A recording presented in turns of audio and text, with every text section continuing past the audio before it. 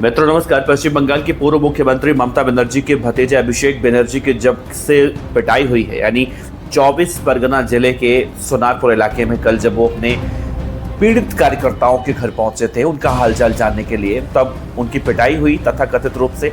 और उन्होंने बीजेपी पर आरोप लगाया और कहा कि बीजेपी जब जब सरकार में आती है, अब मतलब उनके सारे शागिर्द जो है, चाहे वो राहुल गांधी हो, अखिलेश यादव हो या फिर जितने भी इंडी गठबंधन के जुड़े हुए नेता हैं, सब लोग अब इस पूरे तथाकथित हमले की निंदा कर रहे हैं। अब देखिए, इस पूरे मामले में शुभेंदु सरकार का भी बयान निकलकर सामने आ गया है, ममता बनर्जी का भी बयान निकलकर सामने आ गया है। आप शुभेंदु सरकार का जो बयान निकलकर सामने आया उससे आप सहमत होंगे, तो मैं बताऊंगा आपको कि अभिषेक बनर्जी जो तथाकथित रूप से एक पूरा सीन क्रिएट कर रहे हैं, इसमें कितनी सच्चाई है और अब बीजेपी सरकार पश्चिम बंगाल में अभिषेक बनर्जी को लेकर क्या कह रही है। तो इस पूरे वीडियो को ध्यान से देखिएगा, क्योंकि अभिषेक बनर्जी को देखा है जब से इस बार का विधानसभा चुनाव का ऐलान हुआ था और प्रचार की शुरुआत हुई थी, तब से अभिषेक साहब ने ऐसा गदर काट रखा था कि आज भी हारने के बाद वो गदर काटना नहीं छोड़ रहे हैं। देखिए, इनकी पिटाई हुई, पूरी दुनिया ने देखी, तथाकथित रूप से अंडे फेंके गए, चोर कहा गया, बदमाश कहा गया, जो भी कहा गया, पश्चिम बंगाल की जनता ऐसे नहीं कह रही है। अब सबसे पहले बता दें कि बीजेपी का रिएक्शन इस पर क्या है। तो बीजेपी का रिएक्शन ये है कि बीजेपी इस तथाकथित हमले की निंदा कर रही है। पश्चिम बंगाल में मंत्री हैं अग्निमित्रा पॉल, नई मंत्री भी बनाई गई हैं। उन्होंने कहा कि सबसे पहले तो मैं इस ऐसी घटनाओं की निंदा करती हूँ जो तथाकथित रूप से घटी है या फिर जितना शोर किया जा रहा है। बीजेपी का इसमें कोई रोल नहीं है, बीजेपी का तो कोई रोल ही नहीं है इसमें।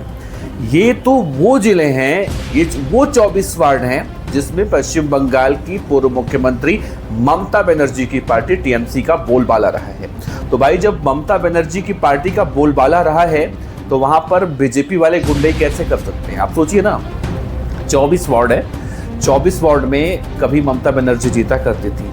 अगर आप वहां पर दबदबा अपना कायम रखते हैं तो हम कैसे आपको मार सकते हैं, बीजेपी कैसे मार सकती है आपको। ये पूरी तरह से झूठ है। दूसरा, ये आप भी सही कहेंगे कि अभिषेक बनर्जी ने इतना ज्यादा अहंकार पाल रखा है, अभी भी पाल रखा है। उन्होंने कहा कि अग्निमित्रा पॉल मैडम ने कहा कि जब 4 मई का इंतजार किया जा रहा था, अभिषेक बनर्जी कह रहे थे कि 4 मई का इंतजार करो, 4 मई के बाद हम पश्चिम बंगाल में डीजे बजाएंगे, ये करेंगे, वो करेंगे, हिम्मत तो दिखा देना। क्या वो लोकतंत्र का आनंद नहीं था? क्या वो धमकी नहीं दिया जा रहा था? अभिषेक बनर्जी ने क्या जो खुद बोया है वो आज नहीं काट रहे हैं? कहने का मतलब ये है कि अगर आपने सड़कों को सही किया होता, अगर आपने अपने ही एरिया को सही किया होता, अपने ही विधानसभा क्षेत्र को या अपने ही पार्टी के जहाँ पे कार्यकर्ता रहते हैं, जहाँ उनका दबदबा है, वो टेक किया होता, तो आज के आपको लोग मारते। आपको पता है, कल जब अंडों से उनकी पिटाई हुई, अंडे फेंके गए उनके ऊपर, तो लोगों ने यही कहा कि सड़कें नहीं है यहाँ पर। थोड़ा सा अगर बारिश होता है, अगर हल्की सी भी बारिश होती है तो यहाँ पर पानी भर जाता है। किस तरह से 15 साल आपने राज किया। अग्निमित्रा पॉल ने कहा है कि अभिषेक बनर्जी को इतना ज्यादा अहंकार हो गया था कि उन्होंने प्रधानमंत्री मोदी, देश के राष्ट्रपति और देश के गृह मंत्री अमित शाह को धमकी दी थी। सोचिए, घमंड इतना ज्यादा इनको हो गया था। तो भैया, जो बोगे वो तो काटोगे ही ना। अभिषेक बनर्जी वही काट रहे हैं।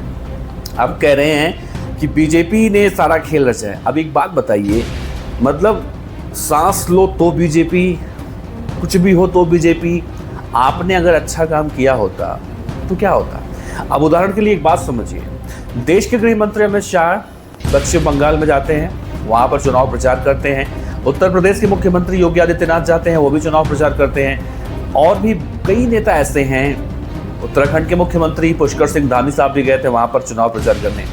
लेकिन कभी किसी के साथ ऐसा नहीं हुआ वहाँ पे, और होना भी नहीं चाहिए, क्योंकि लोगों ने ऐसा नहीं किया है कि मतलब वहाँ पर 15 सालों तक राज किया है और राज करने के बाद वहीं की जनता के साथ मार खा रहे हैं या कुछ कर रहे हैं। कहने का मतलब ये है कि उन नेताओं ने अपने अपने जगहों का विकास किया है। गुजरात जाकर देख लीजिए, ममता बनर्जी जी, अभिषेक बनर्जी जी, आप एक बार गुजरात चले जाइए, आप एक बार उत्तर प्रदेश आ जाइए, तो आपको समझ में आएगा कि अभिषेक बनर्जी कल वहां पर क्यों मार खाएं। हालांकि मार खाने को कहीं से मैं भी सही नहीं कहता, नहीं मारना चाहिए था अभिषेक भाई को। अपने विचार रखिएगा।